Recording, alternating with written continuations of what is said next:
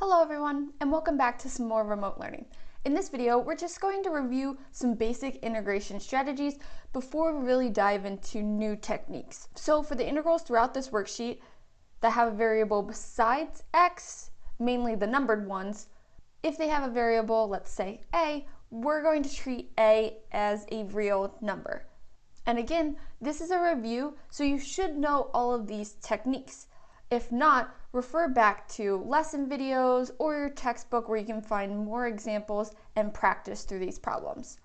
So let's jump in to number one. If we have some format of the integral of a dx, remember we're treating a just like a real number. So we're essentially just integrating a constant. And when we integrate a constant, that will be a times our variable we're integrating with respect to, x. So this will be ax plus c. Because we don't have bounds, we have to add c.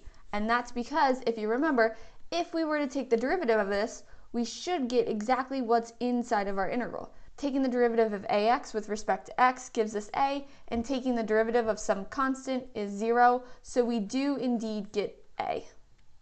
So, just a quick reminder, don't forget your plus c when integrating indefinite integrals. So ax plus c is our format for number one. So if we're integrating some constant of 2, we know that's just 2x plus c. If we're integrating something like 31, again, that's that constant of 31 multiplied by x plus c. So moving on to our variable raised to some power, x to the a dx, we're going to add 1 to the exponent and then divide by that new exponent. So that's x to the a plus 1 all over a plus 1 plus c. So if we have x to the 99th and we're integrating that with respect to x, adding 1 to that exponent would be x to the 99 plus 1 over 99 plus 1 plus c, which we can see will be x to the 100th over 100 plus c. Now looking at b, we have the square root of x, but the square root of x is x with an exponent of 1/2. So adding 1 to that, x to the 1/2 plus 1 would be x to the 1/2 plus 2/2, finding that common denominator, so that's x to the 3/2, and we divide by that new exponent of 3/2. However, dividing by a fraction is the same as multiplying by that reciprocal. So I'm going to rewrite this as 2x to the 3/2 over 3 plus c. You can see dividing by this fraction is the same as multiplying by its reciprocal. Moving on to number 3, we have e to the ax. We know that the integral of e to the x is just itself, e to the x. Same with that derivative. The derivative of e to the x is e to the x.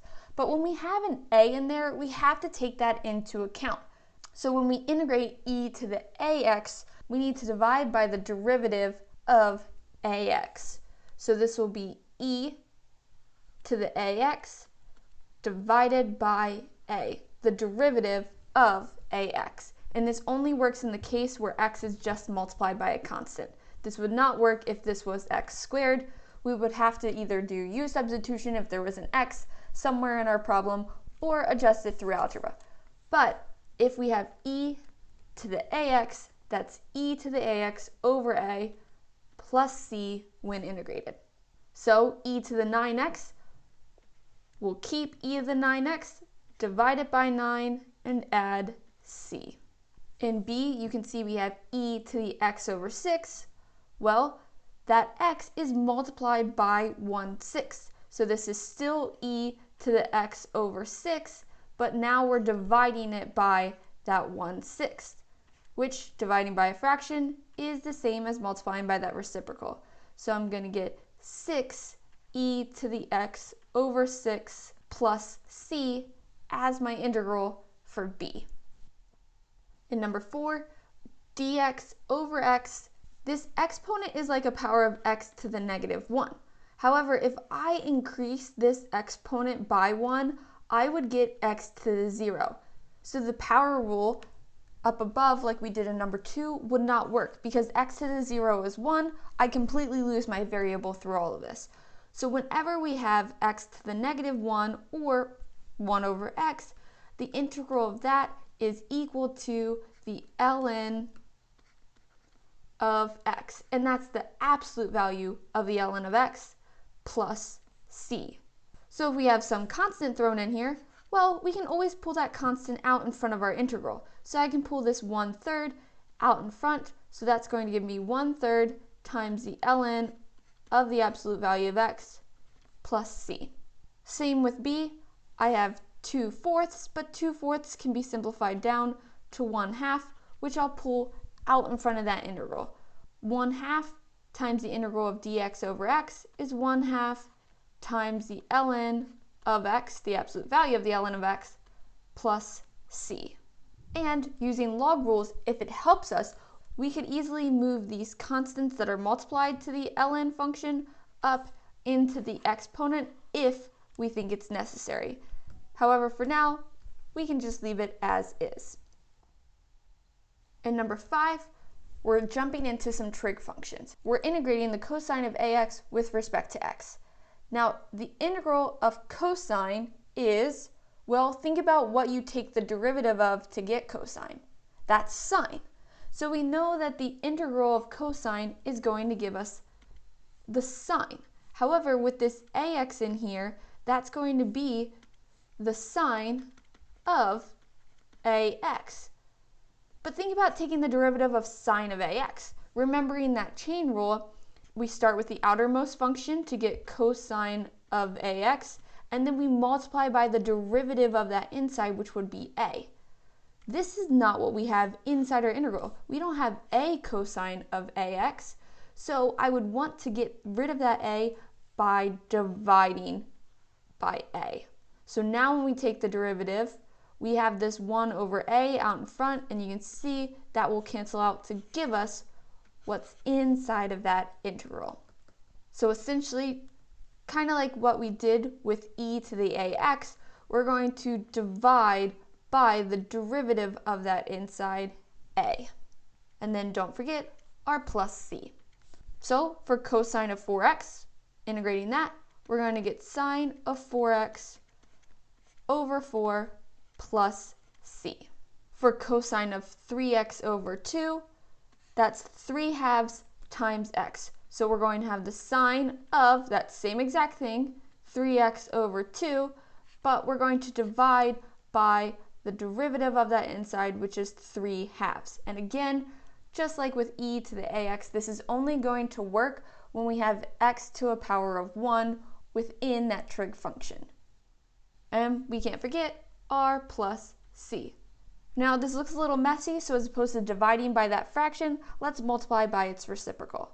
So we'll have 2 sine of 3x over 2 all over 3 plus c.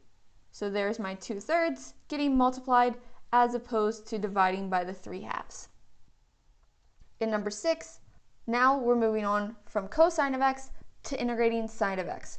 Taking the derivative of what function gives us sine of x?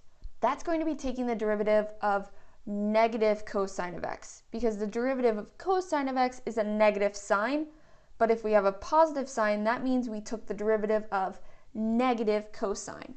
So we're going to have negative cosine of ax. Again, like above, we're dividing by that a plus c. So in part A, when we apply this, sine of 5x with respect to x, integrating that, so this will be negative cosine of 5x over 5 plus c. So let's double check this with the derivative. If we take the derivative, well, let's pull that 1/5 out in front at the start. Now taking the derivative of that outermost function, the cosine, and it's a negative cosine, that derivative is a positive sine of 5x, and we multiply by the derivative of that inside, which is 5.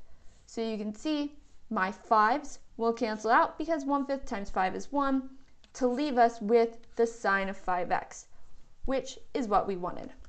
So if you're ever confused when integrating, feel free to take the derivative to do a double check.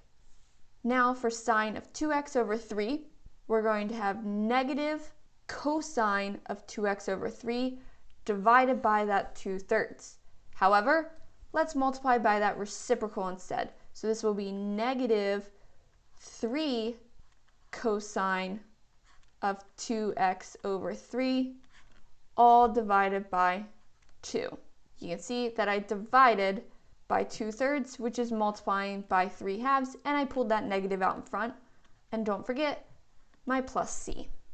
Moving on to the second page, we have secant squared of ax. We're integrating that with respect to x. Well, let's think about the trig function itself. What do we take the derivative of to get secant squared of something? That's going to be our tangent function. So I know that this is going to be the tangent of ax, but when I take the derivative of that, I get secant squared of ax times a. I don't want that a in there, so I need to divide it out. And that's going to be plus c. So secant squared of 8x dx, let's just plug those numbers in.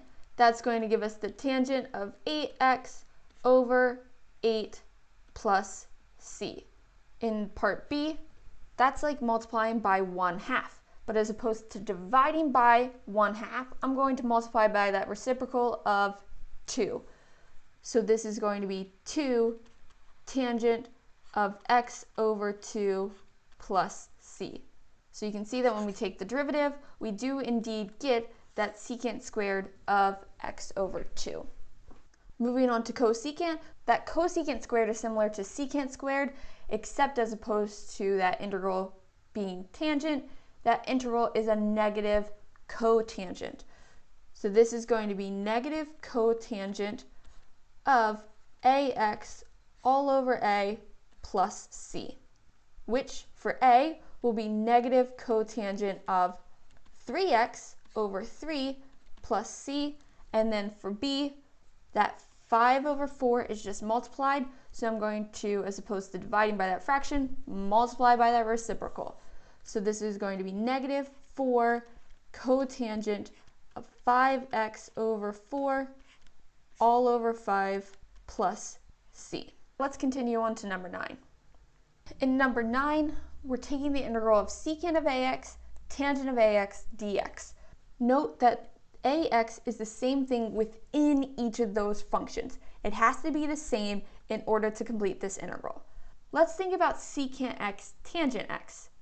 What's the integral of that? Well, what do we take the derivative of to get secant x, tangent x? That would be taking the derivative of secant of x. So we know that the integral of this is going to be that secant of ax all over a plus c. So you should be recognizing a pattern with these integrals, and it's very similar to the patterns with those derivatives. So because we're integrating secant of 5x, tangent of 5x, that's going to be secant of 5x all over 5 plus c.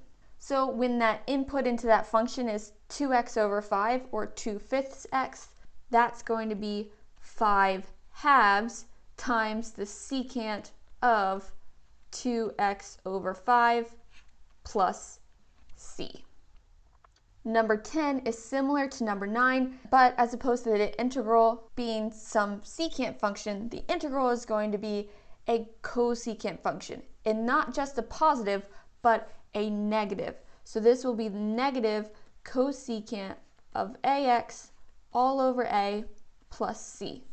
So if we have the cosecant of x, cotangent of x dx, well, our a in this case is 1, so this is just going to give us negative cosecant of x plus c. That derivative is indeed cosecant of x, cotangent of x. When we have 6x over 7, I'm going to divide by that coefficient of x, so that's the same as multiplying by 7/6. So I'll have 7/6 times negative cosecant of 6x over 7. So I'll pull that negative out in front, And here we have cosecant of 6x over 7 plus c. Now for these last three problems, 11, 12, and 13, these are going to be inverse trig functions that we integrate to get. So the first one, integrating 1 over the square root of a squared minus x squared with respect to x, is going to be that inverse sine function. And this is going to be the inverse sine of x over a plus c. This should be familiar from Calc 1 when we took the derivative of inverse trig functions. You'll recognize that that is the derivative of inverse sine of x over a. And then for number 12, we're going to have the inverse tangent of x over a plus c. However, in the case of the inverse tangent, we need to divide by a. Same with number 13, when we're dealing with secant inverse of x over a, we also need to divide that function by a and then plus c. And as well for secant inverse, this is going to be the absolute value of x over a. So let's do the examples associated with 11, 12, and 13. So for 11, we have dx over the square root of 25 minus x squared. So I know this is in the form of a squared minus x squared, but what is a? What square gives us 25? That's going to be 5. So in this case, our a is equal to 5. So I'm going to have the sine inverse of x over 5 plus c. Now for b, again, we're in the form of a squared minus x squared, where a squared is equal to 2. Now, 2 isn't a perfect square, but there is a real number that you can square to get 2, and that is the square root of 2. So a is going to be equal to the square root of 2. So this is going to be the inverse sine of x over root 2 plus c. So just because it's not a perfect square doesn't mean we still can't apply this integral relationship. Moving on to number 12, we're in this exact form, 3 squared plus x squared, where our a is that 3. So this is going to be the inverse tangent of x over 3 all over 3 plus c. For part b, what squared gives us 16? That's 4 squared. So for 12b, we have the inverse tangent of x over 4 all over 4 plus c. And lastly, finishing out these basic inverse trig integrals, we're going to deal with that inverse secant of the absolute value of x over a all over a. So from here, you can see we're in that perfect format where they give us a as 6. So we're just going to simply replace those numbers. Secant inverse of the absolute value of x over 6 all over 6 plus c. Then in part b, we're in the format except this 7 isn't a perfect square, but that's okay. That just means that our a is going to be equal to the square root of 7. So we're going to have inverse secant of the absolute value of x over the square root of 7 all over the square root of 7 plus c. Now, all of these integrals you should be familiar with. This should have just been a review. And the same goes for the rest of this worksheet, except now we're going to talk about other strategies such as algebraic manipulation in order to get something that we're able to integrate, or u-substitution. So let's dive into some algebraic manipulation. So in example 1, part A, we have x cubed minus 2 times 4x plus 1. Looking at this, we can't just straight up integrate it. We can't integrate this and then multiply it by the integral of that. That is a no-go. If there was addition or subtraction in between there, that'd be okay. But because there's not, what we're going to have to do is FOIL and expand this out before we can integrate it. So we're going to do x cubed times 4x, which is 4x to the 4th. Then we have x cubed times 1 so that's plus x cubed. Then negative 2 times 4x, so minus 8x. And then minus 2 for that 2 times 1 that's subtracted. Now I can easily integrate all of this. Because each of my terms are either added or subtracted together, I can individually integrate each of them. So the integral of 4x to the fourth, increasing that power by 1, and then dividing by that new power is going to be 4x to the fifth over 5. Then x cubed, that's going to become x to the fourth over 4. Then I'm going to subtract, integrating 8x, that's 8x squared over 2, but 8x squared over 2 can be simplified down to 4x squared. Then integrating that constant of 2 becomes 2x, but it's subtracted. So minus 2x, and I can't forget my plus c. Let's move on to part B. So in example A, we expanded out in order to integrate. In example B, we're going to split the fraction in order to integrate. Because remember, I can individually integrate terms as long as there's addition or subtraction in between them. So this is going to be equivalent to the integral of x squared over x plus 2x over x plus 5 over x. And I'm integrating that with respect to x. Now that each of my terms are added together, I can individually integrate them.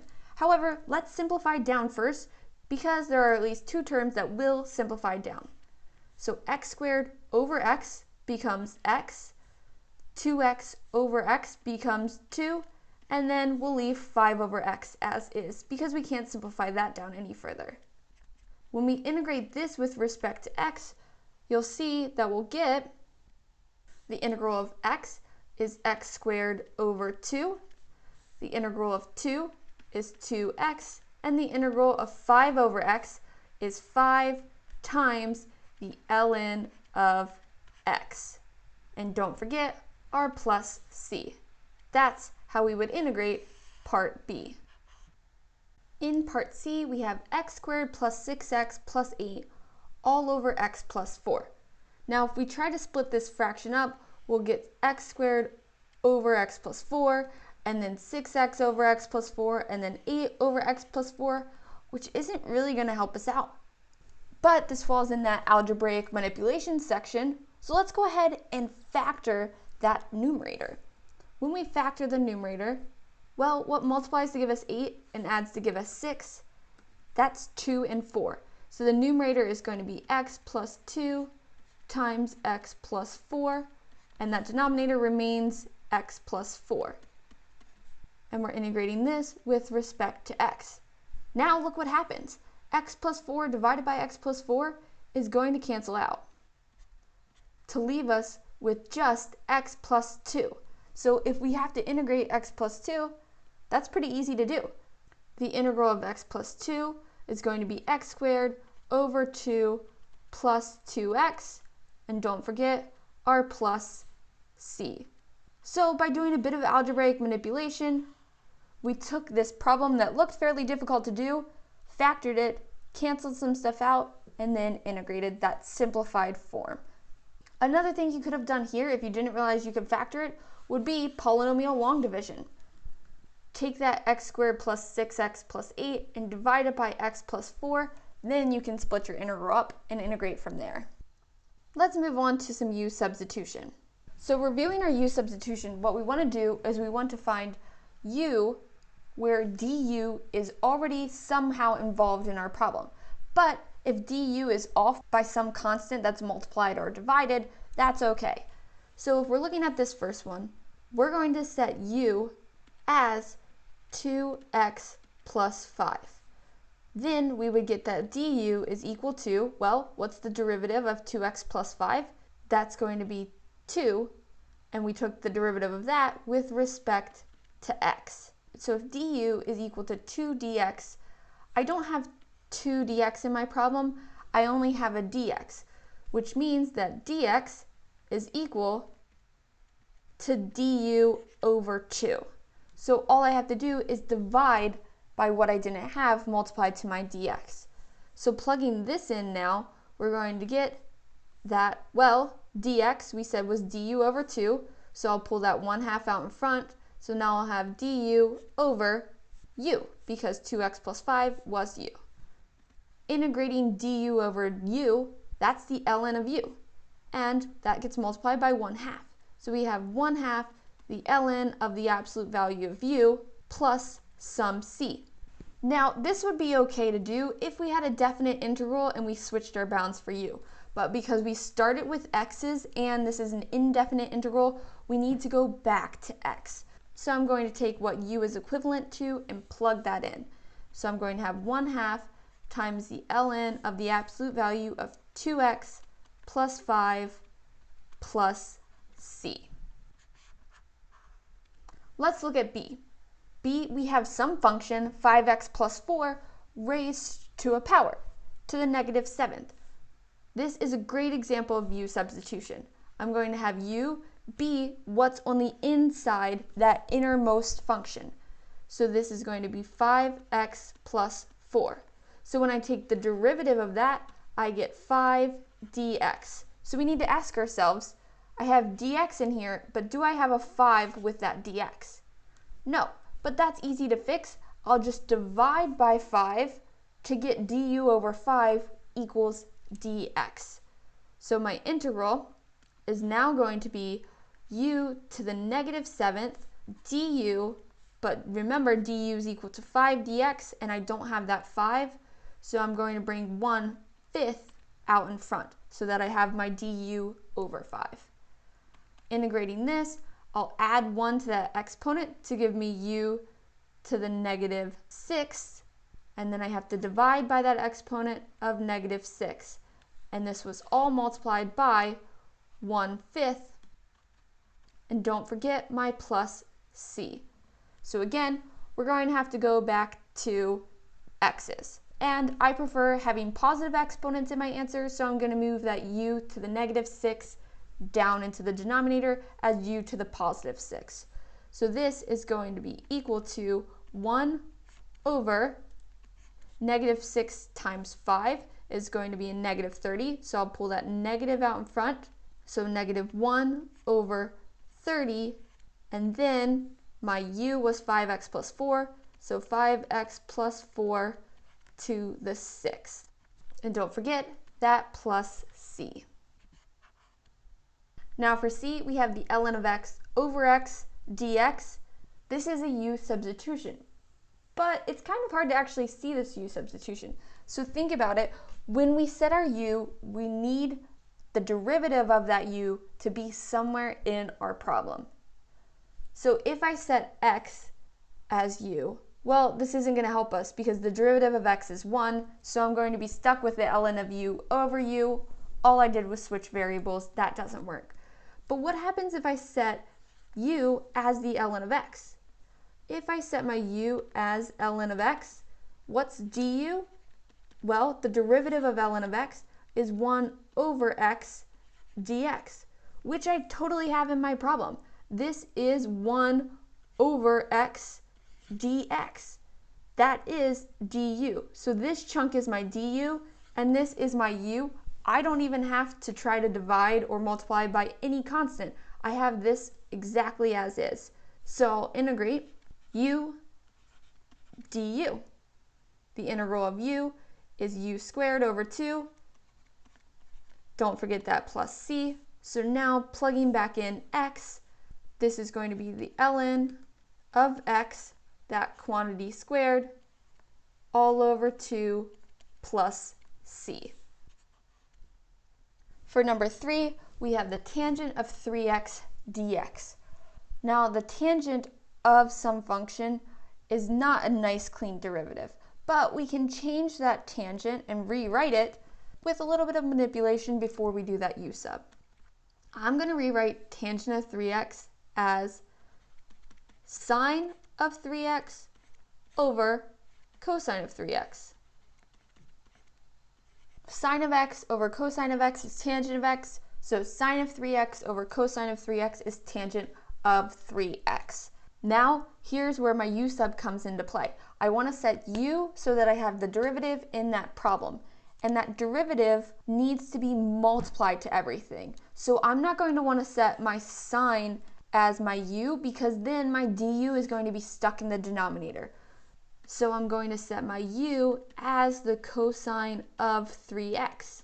And the derivative of cosine of 3x is going to be negative 3 sine of 3x, remembering that chain rule. So here I have my sine of 3x dx, which I definitely have in my problem. I just don't have that negative 3, so I'll divide that out when I substitute this in.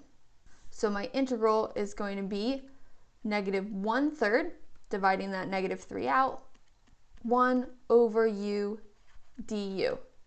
1 over cosine of 3x times sine of 3x dx, and taking care of that negative 3 as multiplying by that negative 1/3.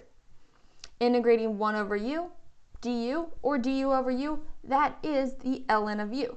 So this is going to be equal to negative 1/3 ln of the absolute value of u, and that plus c.